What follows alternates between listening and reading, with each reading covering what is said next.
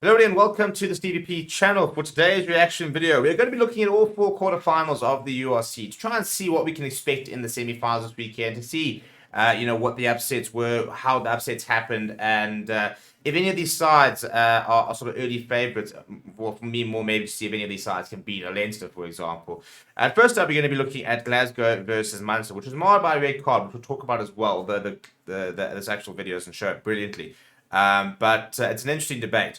But we got Munster versus Glasgow Warriors. It is a bit of an upset, the fact that Munster did win, but because they finished lower in the table. But it's top quality side, and I'm just disappointed at Glasgow Warriors that when they went down to 14, because look, they still kept it pretty close. But I think had it been a 15 on 15 collision or match rather contest, it would have been quite interesting. So early on, Munster now taking on Leinster this weekend. This over here for me is going to be an incredibly important part of the game. Physically, they've got to outmuscle Leinster, because if Leinster managed to physically outmatch Munster, I don't see how Munster are really going to be able to cope with that Leinster backline and the offload game and the pace of play in which they play. So for me, they got to really try and bring them down to size. They need to make sure that they basically got to try and slow the game down, try and keep it nice and physical. And because I think that as soon as it starts getting a bit open, I think Leinster are going to take them apart. So an early try over here, and it's after this that they actually looked at the red card, so we'll have a look at it a little bit at the moment.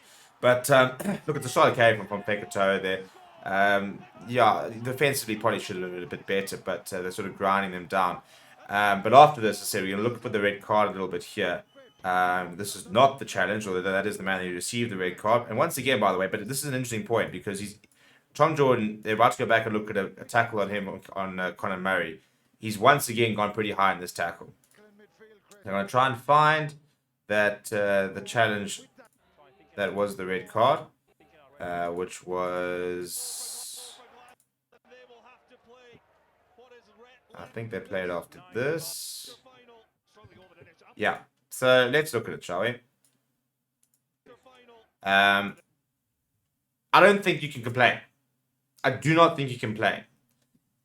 Conor Murray is pretty upright, maybe half a head, slightly lower than what he probably would be. Tom Jordan here is doing everything that World Rugby and rugby safety things are trying to prevent. He's gone high at the end of the day. That sort of line around the shirt of Conor Murray, even that DHL line, that's where they want him to be going. And to be honest, that's where I think you should be going. If you want to try and make an effective tackle, you're right up against the touchline. You're hitting somebody there with a decent amount of force. That's ideally where you want to tackle.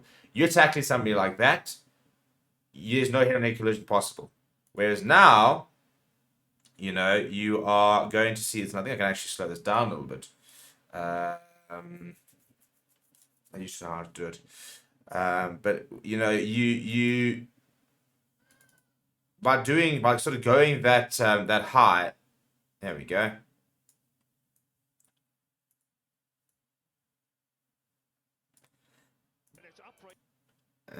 We right down over here.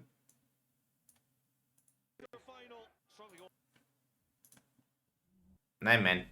I gotta try and find it. Let's have a look at it. Yeah, so we slowed it right down to about 50%.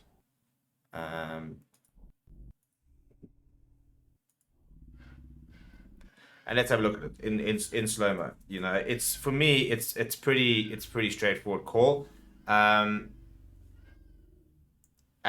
people will talk about, no, but there's an attempt to wrap. That doesn't matter. At the end of the day, it doesn't matter. It doesn't matter that there's an attempt to wrap. He's dropped a shoulder there. He's gone high. There's head-on-head collision. Conor Murray's gone off with an HIA. It's a dreadful tackle technique. There's nothing else you could say about it. It's a dreadful tackle technique. It's dangerous. It's resulted in an HIA and a potential concussion. It's exactly what we're trying to get rid of in the game. And I don't think anybody could really look at that and say, no, we're actually happy with that. That's fine. Maybe yellow card because it's slightly reckless. It's not slightly reckless, it is reckless. So anyway, so they're down to 14 men. Let's get back to it. And frustrated for Glasgow, because obviously now I've got to try and play a majority of the game. So Munster now playing a good sort of 60-65 minutes with a one-man advantage. Still in the first half here. And yeah, set piece I think is going to have to be quite important for them against Leicester. You've got to make sure you keep your set piece battle. Chances are no Conor Murray this weekend, and so Craig Casey is going to be getting an opportunity, and I think it's going to be a really cool battle between him and Jamison Gibson Park. Your two sort of current, incumbent scrum halves. That for me is, that's just a one-man advantage, really. You speed up the pace of play, you get a couple of phases, you're playing with a one-man advantage, gaps will start to open up. Glasgow did try to get back into sort of things towards later in the match. Obviously that Tupolota Hugh Jones combination, which has been so effective. Hugh Jones actually coming off the bench. But they're a side that likes to innovate. They're a side that likes to play some really attractive rugby at times. And, we often see the physicality being displayed in the likes of a Hugh Jones. And bang, sit down. Sit down. And that combination, that whole Hugh Pilota combination, it really is worth all the hype. I think that's going to be very interesting to see how they go from an Ireland perspective, because it's just so effective, and those two have got such good chemistry about them. I look at this Glasgow side, and I think that they're only going to get better next season. I don't see how they really take a step back. I think that they've shown so much notable growth in the way they play, their style of play, the confidence, the combinations that are developing, and I think the next season, I think a quarterfinal minimum. I think semi-final could potentially be on. Look, they are in the Challenge Cup final as well, so let's see what they can do in the Champions Cup. I think it's a very exciting side, and I think that Edinburgh are very much, for me, sort of not playing anywhere near their potential compared to a Glasgow Warriors side, which really are. So final score is 5 points to 14, given the fact that they were even down to 30 men at a stage, and you can see the how tired some of the Munster players were. It was a good effort by Glasgow. Unfortunately, that red card is always going to make it too hard. But it was impressive scenes to see, Glasgow still sort of really trying, giving it a go.